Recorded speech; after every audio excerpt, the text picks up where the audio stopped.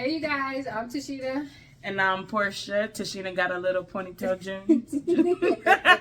I'm hating on my hair, okay? Little baby ponytail. That's my taller hairstyle. Okay, so today we're going to be talking about the very sad case of 22-year-old Savanna LaFontaine. LaFontaine? Say that? LaFontaine? I don't know how to say it. We're just going to say Savanna Greywind. She was a resident of North Dakota before her body was found August 27, 2017, near Red River. She was missing for 8 days. She was 8 months pregnant and with a promising profession, and she was about to start a new family. Her and her boyfriend was have a little daughter. High school sweetheart. Yes. And she just up and vanished. But her newborn child was discovered 5 days later, still alive, healthy. And a few days later, that's when Savanna's body was found in the Red River. So let's get into the sad case of Savanna Greywind. Okay, so Savanna was born August 9th, 1995, making her a Leo. She was born in Belle Platte. She lived in Fargo until she was 9 years old. Fargo. And then relocated. Every time I hear that, I think of that movie. Every time she relocated to the Spirit Lake Reserve until she moved back to Fargo. Savanna continued her education at Kitski Community College and earned a certificate as a nurse assistant. And she just started classes at the North Dakota University as residing in an apartment in North Fargo with her family. And she was planning on moving in with her boyfriend. Did you say her nationality? Yes, she was Native American. Yes, which is very important in this case. She was a Native, but she was from the Spirit Lake tribe. Her mother said she was extremely sociable, she was responsible, she was very cautious, and she was just a very loving and caring person. So let's talk about the day that Savanna went missing. So it was on a Saturday, August 19th. And Savanna was home with her family. And they lived in a 3-story building, apartment building. And she was at home with her family, and between 1:30 and 2:30, there's her neighbor that lived upstairs, asked her if she would help her because she's sewing a dress and she needs somebody to model it. Savanna lived in the basement unit. Yeah. That kind of is a factor. But she lived in the basement, and then the neighbor lived on the third floor. On the third, yeah. So she was gonna give her $20. So Savanna was like, "Okay, I'll help you. $20 is $20. I'm about to have a baby. We need to save as much money as we can save." So she orders her a pizza at 1:30 before she goes upstairs. So apparently she doesn't think she's going to be up there very long. Mm-hmm. So she tells her mom where she's going. She texts her mom. She lets her mom know where she's going. She texts her boyfriend, which is house sitting for his mother, which is she's out of town. And so she goes upstairs around 1:30, and it gets to be around almost 2:30, and the mom's like, sent her little brother go up there because Savanna was supposed to take the brother to work. And when he knocked on the door, the lady, her name was Brooke, she opened the door and she said that they're still working on the dress. So the brother goes back downstairs, and the mother was like, "Okay, I'll just take you to work." So when she got back home, she assumed that Savanna was home by then, that Savanna was in her room. So she went on to do her laundry, and then she realized that Savanna wasn't there. She rushed upstairs to knock on the door, and that's when they were like, "Oh, she already left." And mind you, her purse, her keys, everything was left in the house, and she's 8 months pregnant. Where is she going? She was due in a couple of weeks. She's in that uncomfortable pregnancy stage. So where is she going? The mom's like, she's not gonna walk nowhere on foot or whatever. So then she sends the dad up there. Again, they're like, "Oh, she's already left," whatever. So then at this point, they decide to call the cops. So they call the police. The police go up there, and at that time, Brooke and her boyfriend, which his name was Hohen, that was his last name, they gave them the consent to go into search. Now, when you get a consent search, the cops are not allowed to look behind closed doors. They're not allowed to look into dressers and drawers. It just what's inside. And it just what's into sight, yes. Now, when you get a warrant, that's when you can get into the forensics. You can tear the house out. But they gave them the consent, so they couldn't look behind doors. They couldn't look in drawers. They can only look what they seen. And at that point, they didn't see nothing. They didn't see no body. They didn't see no baby. They did see the sewing project, so they knew that was the truth because that's where. But they just thought it was weird. Like, why would you want an 8-month pregnant woman model dress for you? And they said she wasn't big. She's not a big lady. So that kind of was like. So they left, and then later on the night, Savanna never returned. That's when the parents called the cops again. The cops returned back, and then this is when the cops told the family, like, she's an adult. If she, was not much that we can do at this point. At this time, and not just at this time, because it's still a lot of indigenous women are still going missing. There was not a good relationship with indigenous people and the police. Yeah. They did not really care. So the mom was already worried that they really wasn't going to look for her because of her nationality. And guess what happened? They didn't. They said the same thing, like, oh, she's grown. She probably ran off. Yeah. They weren't going to look for her. They didn't try. They dropped the ball on this. Yes. So they went upstairs again.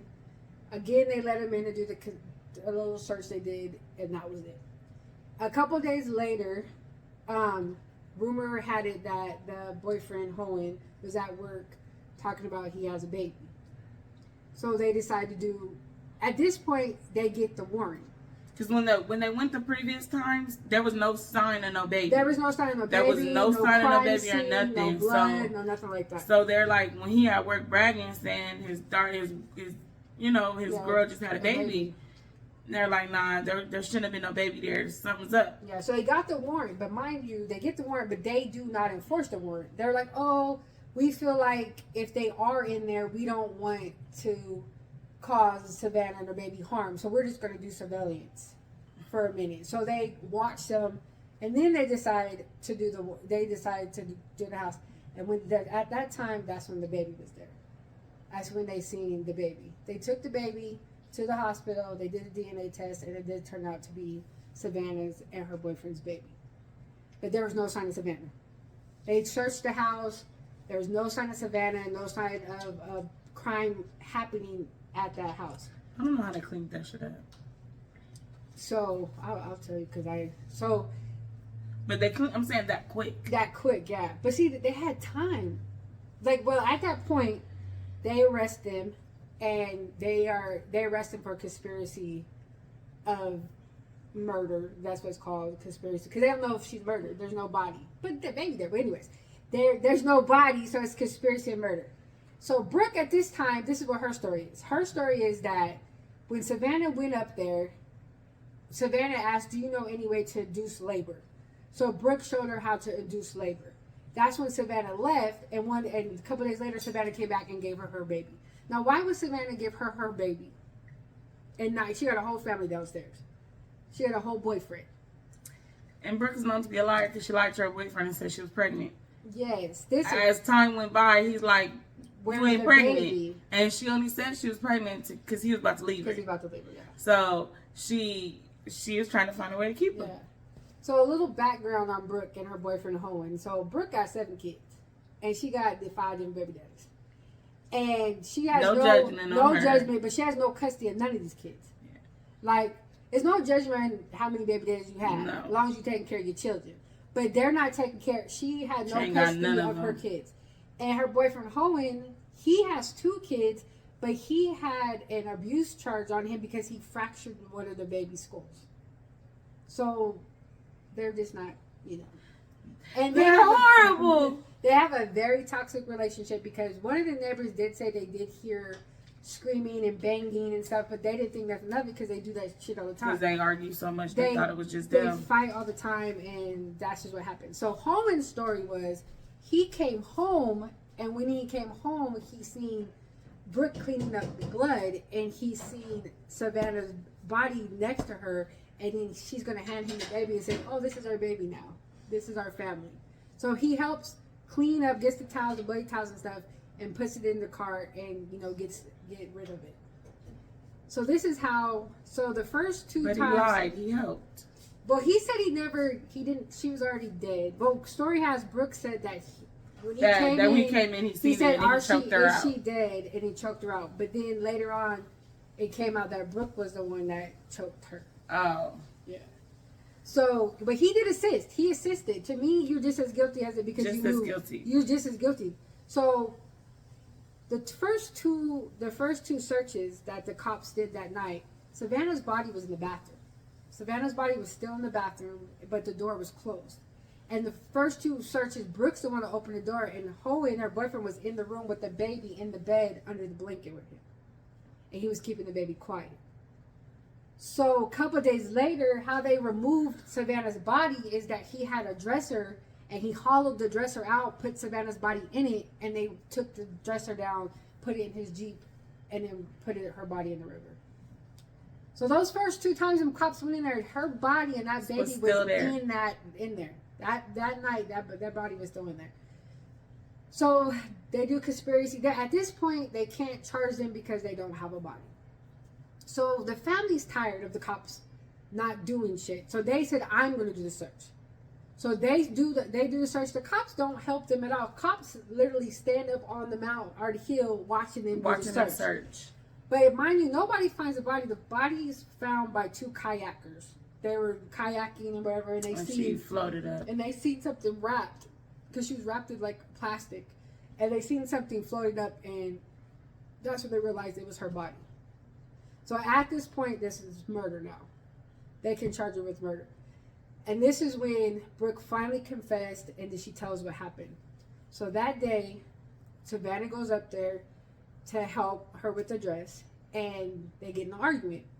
Brooke accuses her of poisoning her cat and stealing her mail, and they get into a physical altercation. Savanna falls and hits her head, and that's when Brooke decides to get a knife, cuts her baby out, and at this point, this is why she does this, because, little backstory, her and Holman got in a fight, like Portia brought up earlier, about her always lying about having a baby, and he said, "You better have a baby to show me." But he's not meaning cut a baby out of somebody's stomach. He's just like, you better be pregnant. You better be pregnant. You better show me a baby.